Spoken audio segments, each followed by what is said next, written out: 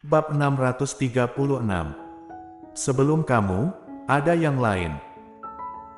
Audrey Han terkejut, telinganya memerah, dan kemudian dia ingin menarik tangannya kembali.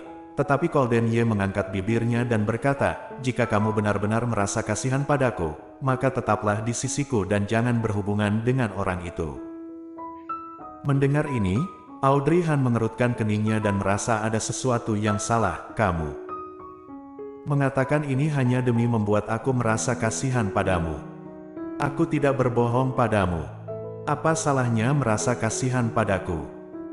Colden Ye tersenyum dan berkata dengan lembut, "Duduk dan makanlah. Makanan di pesawat tidak enak." Audrey Han terkejut.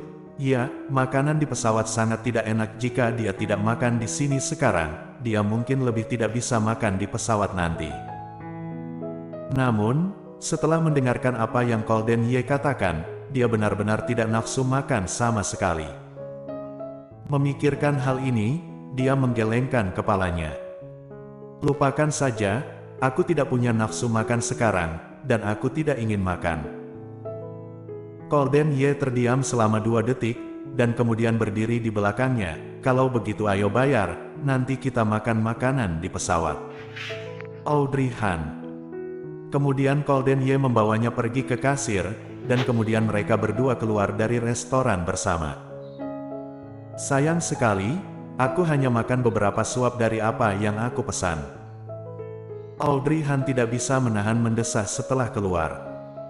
Mendengar ini, Colden Ye mengangkat alisnya. "Apakah kamu ingin kembali dan bungkus pulang?" Anggap saja dia tidak mengatakan apa-apa. Mereka kembali dan menunggu. Tidak lama kemudian, Audrey Han tidak tahan untuk tidak bertanya, "Apa kaki kamu pernah terluka?" "Saat itu, kok bisa terluka? Apakah cederanya serius?" Saat dia menanyakan ini, Audrey Han tidak berani menatap Colden Ye, karena takut akan menyentuh titik sakitnya. Namun malah terdengar tawa dari belakang. Colden Ye mencondongkan tubuh dan mengistirahatkan dagunya di pundaknya. "Kenapa kamu tidak berani menatapku? Jika kamu ingin bertanya, tanyakan saja. Aku laki-lakimu, apa yang kamu tidak bisa bicarakan padaku?" Kuping Audrey Han memerah, dia berkata, "Siapa yang bilang kamu lelakiku? Aku masih belum mengakuimu. Setelah bertemu dengan wanita itu, kamu pasti akan mengakuiku mau atau tidak." Setelah itu, tanpa menunggu Audrey Han berbicara lagi, Colden Ye langsung menjelaskan, "Aku sebenarnya tidak cacat sama sekali saat itu." "Apa yang kamu katakan?" Dia pikir dia salah dengar, dia tidak cacat saat itu. "Kau bilang kamu tidak cacat sama sekali. Lalu kenapa kamu selalu duduk di kursi roda?"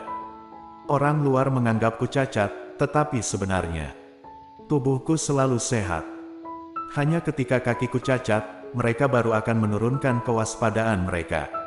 "Kalau begitu menurutmu, bagaimana aku bisa naik ke posisi CEOY? Bahkan jika kemampuanku lebih tinggi dari Davin Ye, tetapi dengan kewaspadaannya, dia masih memiliki cara untuk membuat para direktur menyingkirkan aku di awal, sampai mengambil kendali penuh atas aku, dan aku tidak punya pilihan selain melakukan apa yang dia inginkan." Bibir Audrey Han sedikit gemetar, merasakan dadanya bergetar perlahan. Saat itu, dia mengira dia cacat, dan dia selalu memikirkannya, karena Stewart Lu mengatakan dia tidak kompeten. Dia pergi berdebat dengan orang lain untuknya, dan bahkan menumpahkan kopi ke wajahnya. Tapi tidak menyangka, dia hanya berpura-pura cacat. Memikirkan hal ini, Audrey Han pun menundukkan kepalanya untuk melihat kakinya. Tidak heran, saat dia mencari berita tentang dirinya di luar negeri, Audrey Han masih senang untuknya ketika dia mendengar bahwa kakinya telah pulih. Tapi tidak menyangka, dia selama ini hanya berpura-pura. "Lalu kenapa kamu tidak memberitahuku?" Audrey Han mengangkat kepalanya dan menatap matanya dalam-dalam. "Lalu ketika kita sudah bersama, kamu tidak memberitahuku, apa kamu khawatir? Jangan berpikir yang aneh-aneh." Seolah mengetahui pikirannya, Colden Ye tiba-tiba meraih tangannya dengan sedikit kuat, dan menarik pikirannya kembali. "Aku tidak mengatakan yang sebenarnya, karena aku tidak sepenuhnya yakin. Tentu saja, aku tidak ingin melibatkanmu.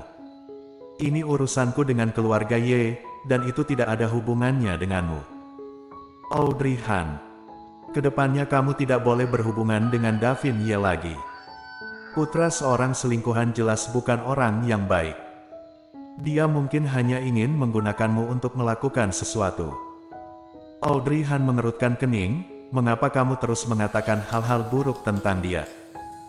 Mungkin dia tidak seburuk yang kamu katakan. Kenapa tidak? Golden Ye mendengus, ibunya menghancurkan kebahagiaan keluarga orang lain saat itu, dan sekarang dia ingin melakukan hal yang sama pada kita. Audrey Han malas melihatnya dan melengkungkan bibirnya. Bahkan jika dia adalah putra selingkuhan, itu bukan pilihannya. Sebelum dia bisa memilih, dia tidak tahu bahwa orang itu adalah orang ketiga. Mendengar itu, Golden Ye mengerutkan kening dan menatapnya dengan ekspresi tidak senang. Dia bertanya dengan nada tidak senang, jadi, apakah kamu membelanya sekarang? Sama seperti saat kamu melindunginya barusan. Dia apa bagusnya? Berpura-pura menjadi pria baik di depanmu, mau dipukul atau dimarahi pun tidak akan membalas. Apakah kamu kasihan padanya karena ini? Audrey Han, telingamu yang mana yang mendengarku membelanya? Apa yang aku katakan hanyalah sebuah fakta, dia adalah putra selingkuhan, tetapi apakah ini adalah pilihan yang dia buat sebelum dia dilahirkan kembali? Selain itu, ketika dia berada di keluarga Ye, sikapnya terhadapmu tidak begitu buruk, kan? Aku hanya... Cukup. Golden Ye memotongnya, jangan mengungkit namanya di depanku ke depannya. Jika kamu tidak ingin menjadi korbannya, jangan dekati dia. Saat dia mendekatimu, menjauhlah darinya. Apakah kamu mengerti? Golden Ye mengerutkan kening ketika dia melihatnya tidak berbicara. Audrey Han mengerutkan bibirnya dan menarik tangannya. Kamu sebaiknya jaga dirimu sendiri. Kamu sendiri masih punya banyak urusan, kenapa masih punya muka untuk memintaku melakukan sesuatu? Setelah ini selesai, aku masih ada urusan apa? Golden Ye bertanya balik. Kamu pikir urusanmu hanya satu? Audrey Han menertawakannya, apakah Sally bukan urusanmu? Golden Ye. Aku masih ingat, dia dulu memberitahuku kalau dia mengandung anakmu. Apakah itu bukan hutang cintamu? Apakah kamu percaya? Audrey Han memalingkan wajahnya, 5 tahun yang lalu dia percaya, karena itu Sally Meng mengenakan anting-anting merah muda yang dia beli. Tetapi setelah dia menenangkan diri dan memikirkannya, dia merasa itu tidak mungkin. Karena apa yang Sally lakukan setelah itu terlalu disengaja, begitu sengaja sehingga kamu hanya perlu menganalisisnya dengan cermat untuk menyadari apa yang salah. Tapi saat itu, dia mungkin terlalu mempercayai Sally, dan dia tidak cukup mempercayai Golden Ye, jadi. Memikirkan kisah kasihnya saat itu, Audrey Han pun menutup matanya dengan lelah. Melihatnya tidak berbicara untuk waktu yang lama, dia sedikit panik. Dia berbohong padamu, aku tidak pernah menyentuhnya, aku hanya memilikimu. Audrey Han, benarkah? Audrey Han memikirkan sesuatu dan tiba-tiba membuka matanya. Kamu benar-benar tidak membohongiku. Apa kamu yakin aku satu-satunya wanita yang kamu miliki? Pria itu pun terdiam. Setelah lama terdiam, dia membuka mulutnya dengan enggan. Sebelum kamu, ada yang lain. Bersambung.